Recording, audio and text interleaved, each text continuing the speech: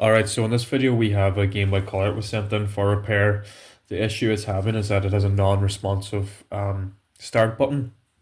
The owner actually showed me, he had it open and you can see a bit of corrosion on the motherboard itself. So we'll see if we can sort that out. We can either bridge that connection or do something to get the start button working again. But if I just show you here now, you see the game's playing, the start button does nothing. But if I press another button, it leaves that screen, which means it's definitely a start button issue. So what I'll do is I'll crack this open, then I'll bring the camera closer so you can see exactly what I'm doing, and you can see the corrosion and how I follow it and how I bridge that connection again. So I was going to get stuck right into it now. I'm going to quickly go through and disassemble this, and then I'll bring the camera a bit closer and show you how I go about repairing this. Now I don't want that screen getting scratched, so I'll put down a wee cloth here, and we'll need a tri-wing screw. I'm going to go for a Y1 is the size I'm using here. And we have 6 screws all together in the back of this. 2, 4 and 6. The last 2 being inside the battery compartment. Also apologies if I sound kind of bad. I have a bit of a flu, so my voice is a bit Lois Griffin. Now with those removed, I can try and take this back off here. Now I'm just going to lift the wee tabs here and remove this cable, this screen cable. I'm just going to take out the main board altogether. Now yeah, if you see here at the start button, you see a bit of corrosion here. Now if I go to the other side, you'll see it's come through on the other side here as well. You see that green there. Now instead of moving the camera, what I might do is I might just take out the microscope here and show you that way.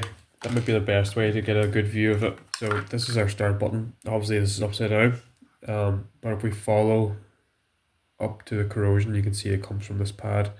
It goes up and it goes into this via, it's called. Basically that's just a hole going through the board, so it takes this track, goes through and continues on from there. So if we go to that other side, let me just adjust it here. Now let me see if I can find that again. Yeah, so this is where the via goes through here, comes through the other side, and it continues on here. But obviously that's corroded, so my guess is that it's not making it this far even. So first thing I'm going to do is I'm going to clean that with a little bit of isopropyl alcohol and a cotton bud, so we get a better idea of how extensive the damage is. So that corrosion's in there pretty far, so we might need to bypass this via altogether.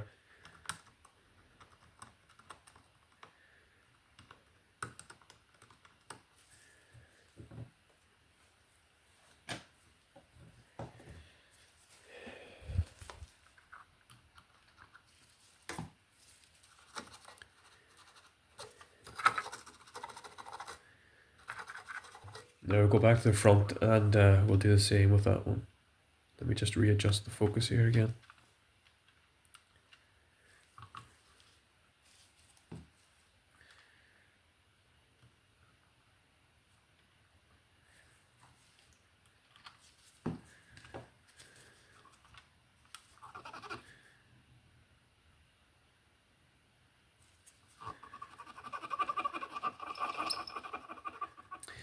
Now the way it works is the trace comes from this pad here, goes up.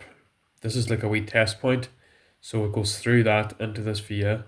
Now that test point's pretty corroded as well, so I'm not even sure if we're getting continuity past that point. But regardless, we're going to ignore that. So what I'm going to try and do is if I can get a wire fed through this via, I'll scratch a wee bit here, I'll solder a wire, run it through. That wire will then feed through that via here, and I'll solder it to this little part here. So what I'm going to do first of all is I'm going to grind away a bit here of this track and the other track and see if I can get a wire through it. Well, first of all, actually what I'll try and do is I'll see if I can get a wire through this hole. So what I'll be using will be this enamel wire. It's 0.1 millimeters thick. Now that's very, very thin there. Let me put it under the microscope here. It's thinner than the via. That's how small it is. So we'll see if I can feed that through this via first of all.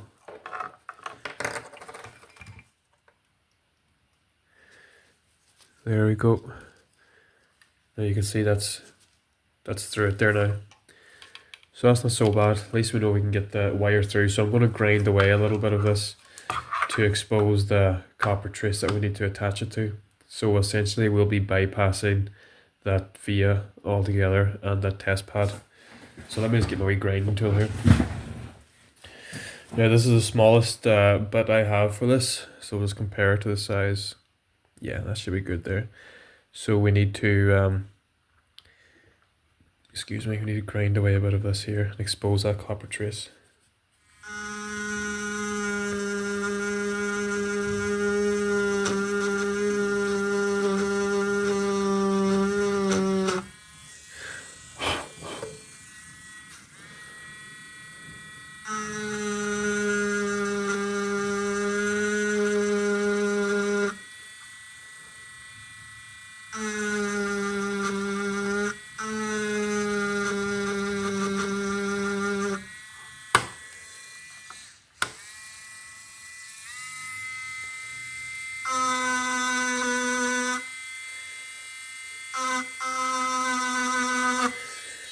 And let me just clean that and see what that looks like.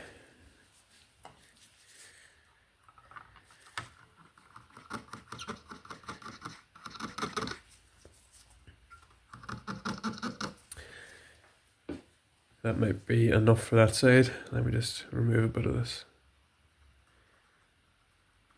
Yeah, so that should be fine for that side. We don't want to expose too much because obviously this case is clear, so we want to use as little wire as possible. So I think that should be fine for that side. Now we'll just go back to the other side and do the same here. So it'll be here, but what I'm going to do is I'm going to actually bypass this as well. So I'm going to go from here through the via because that's kind of corroded. I might give that a wee tiny grind too, just to get rid of that corrosion because I don't want that spreading. So I'll use the slowest setting, just go, well no, I'll use the highest setting actually, just go for that.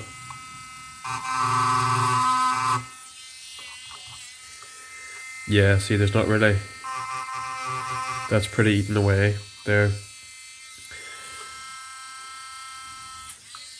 I'll just use my tweezers actually and just get rid of any corrosion there because it will just spread. I don't want it eating through the wire we use.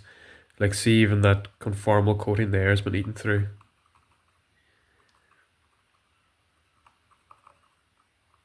And I'm not even pressing down hard on that, I'm just letting the tweezer do its work. So that was eaten through pretty bad, so I don't think that test point would have been any good anyway. Where are we? Here we go.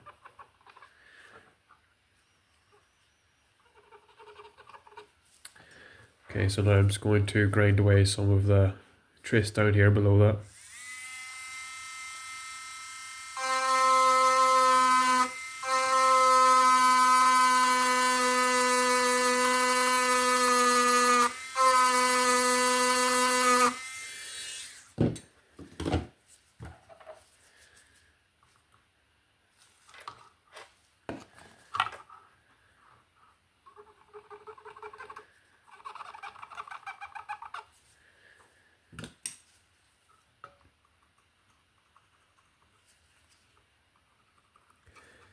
There we go. So I'll get my soldering iron starting to heat up and I'll tin that on the other side and then I'll use the wire to bridge it. So flux is very important when you're dealing with such small areas that you need tinned. Flux will help everything flow together. Obviously this flux needs to be heated up, but it's quite cold. It's not spreading too well. It's going to heat it up with my heat gun here.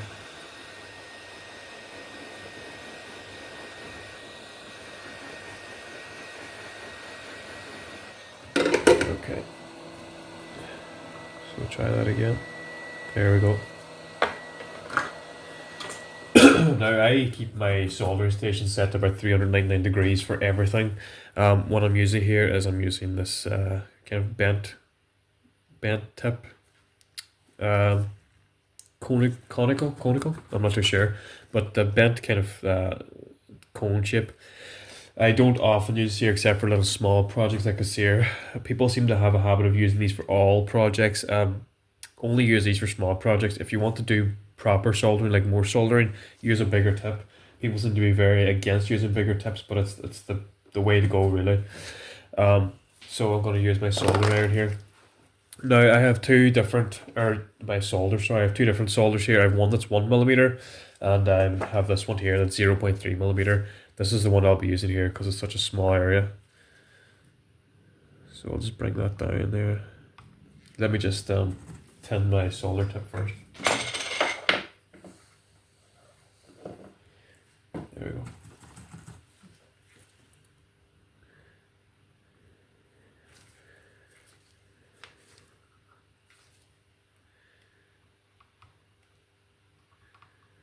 Now I'm not saying I'm the best solderer in the world, but I just do what works for me.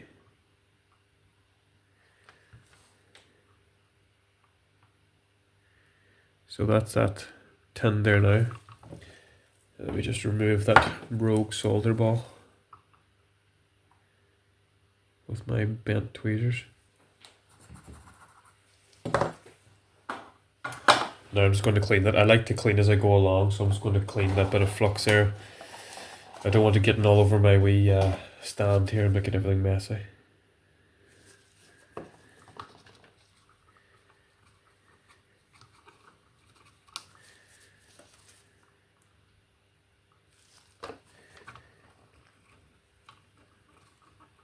But as you can see there now, that bit of copper trace has been tinned, and now we'll go to the other side and do the same. So again, flux first of all.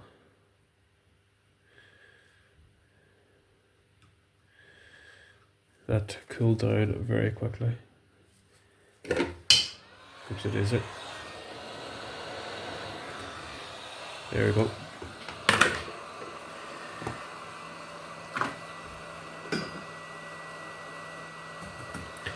And now back in with the soldering iron. Let me see if I can do this without melting anything around it.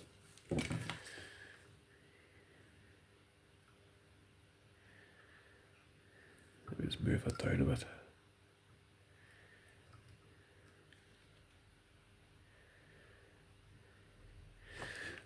So that's that tinned as well.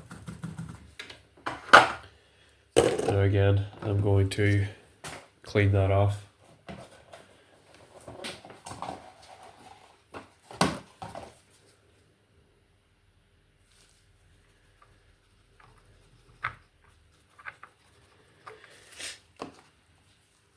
So now we need to get our wire and feed it through and bridge those two, or bridge that corroded via. Now this is enamel wire I'm using, so the first thing I'm going to do is I'm going to scrape the end of it to scrape that enamel off, because what the enamel is, it's a coating. So say if that wire went like that, it wouldn't short circuit anything. Or say if two wires joined, they wouldn't short circuit because there's a coating on this here, which means it's a non-conductive coating. What I'm going to do is I'm going to scrape that off the end, and then I'm going to feed it through and do the same, scrape it off the other end and attach it to the other side of the board.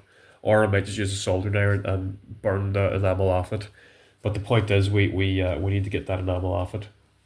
You could buy thin wire that's non-coated, but this is the stuff I have, and it's just as easy to scrape it off than have two separate rolls of wire. So I'm going to get my knife here. And the way I do it is, well, I would do it on the table here, but you just lay it out on something like that there and just scrape it off. See here? Just scrape it off like that. And you should see the end of it getting kind of shiny.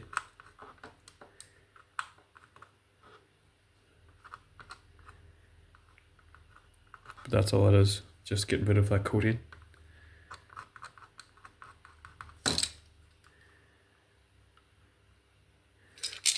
You see that bit there? That's where the coating's been removed. So that's good enough. So what we need to do now is we need to feed that through the hole and attach it to one side. So I'll just do it through the front first. I wonder, could I show you in the microscope here, or would that be too awkward?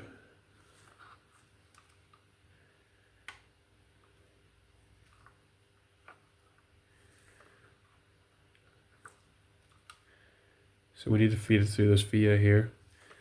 Let me see, could I do that?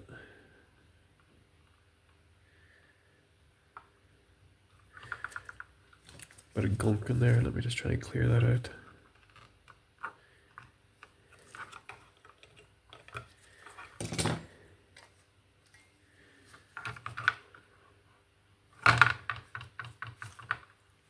Now try that again. Here we go. So it goes into that via and it's out the other side then.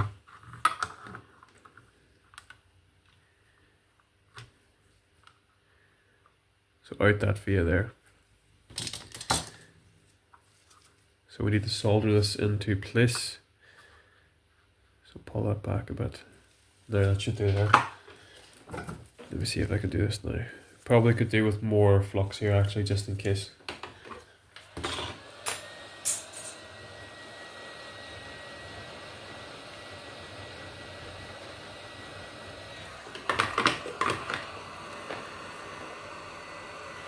Okay, it's a bit much, but better too much than too little. I'll get my good tweezers. Oh, actually, these ones are alright, fine.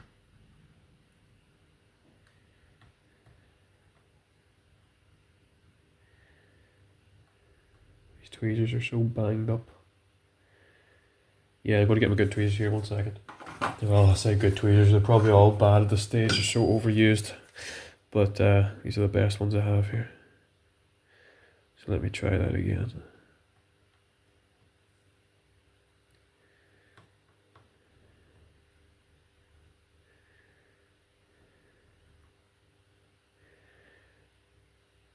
There, that looks good. Let me just remove this end bit here. Well, actually, what I'm going to do is I'm going to clean that first. The flux is getting all over the show.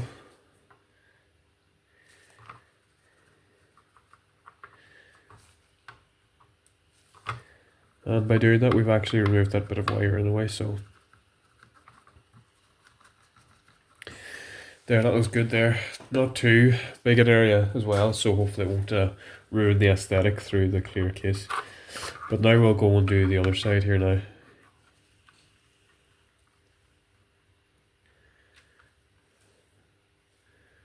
So we're just going to press this down and kind of bring it in line with where it would be normally, which is about there. So again, we've more flux here. And back in with the soldering iron. Now it's going to be a bit harder this time because the enamel's still on there, so I'm just going to burn that off, which will take a few seconds. It's going to add a little bit more flux to that actually, help grab that wire a bit better. And you see some of that corrosion came out of that via, so we need to clean that away as well, because that's all still floating around there.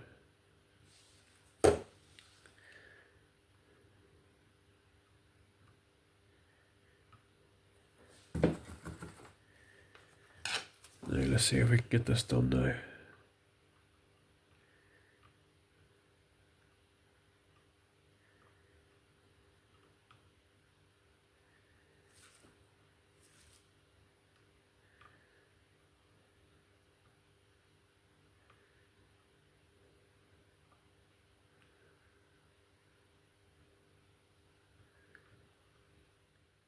I think we might have it there now. Just want to straighten that out a bit and melt that solder. You know, what I'm going to do is I'm going to clean that, clean all that dirt off and that corrosion, because it's really not helping, and then I'll go over that again. I don't want all that dirt and corrosion getting mixed up with that solder anyway.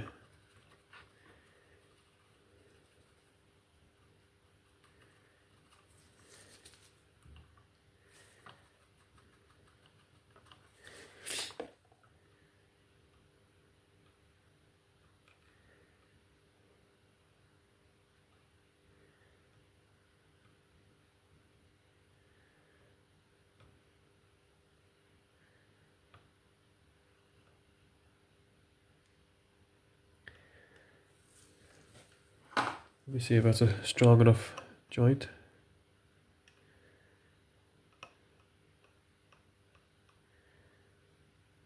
Yeah, that's good. Let me just remove this bit of excess wire here now. There we go. Now let me clean all this up again, and then we can test to see if that solves our non-responsive start button. So I'm going to get rid of all this flux here.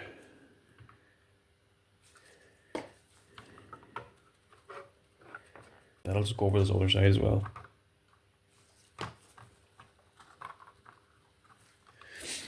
There, now we're done with that microscope there.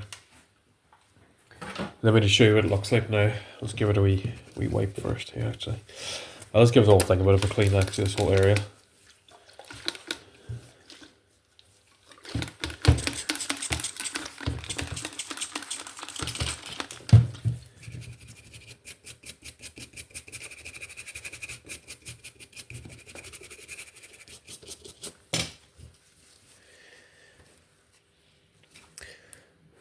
So that's what it looks like from the front there. This little bit here. This little bit here is where our wire is. It goes through, and just this wee bit here.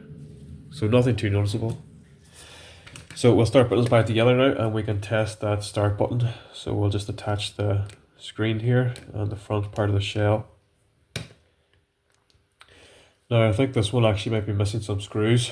I don't remember having to take out any screws. Might be 1, 2, 3 screws here actually, but I don't have them here and I don't remember taking them out, so I think they might actually be missing.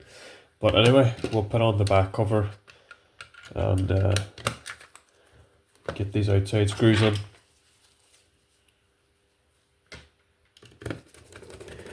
We'll just do one in each corner for now, just so we can test. So yeah, you don't really notice that, to be fair. Like you can barely notice that. It's on the kind of one of the ridges of plastic, so unless you're really looking for it, you wouldn't even notice it. Same for down there. You wouldn't even notice it there either. But we'll throw in these batteries now and we'll test this.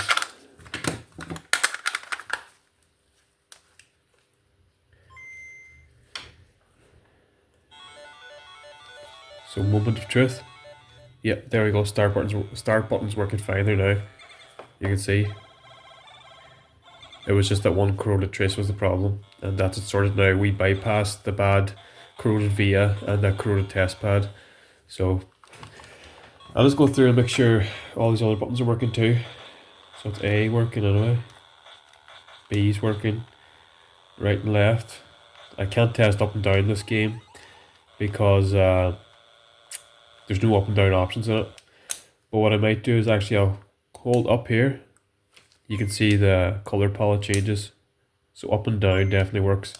The only one way I can test the select button is back in the game here. If I press any button. Yeah, so that's all buttons working there now. It was just that corroded via. So I'm going to end the video there now. I have a few more screws to put in here, but I'm going to end the video there now.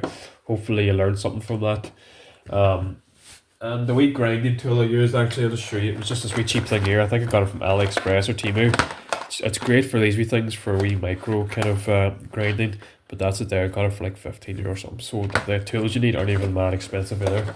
But yeah, as I say, I'll end the video there now, and thanks for watching. Hopefully you learned something.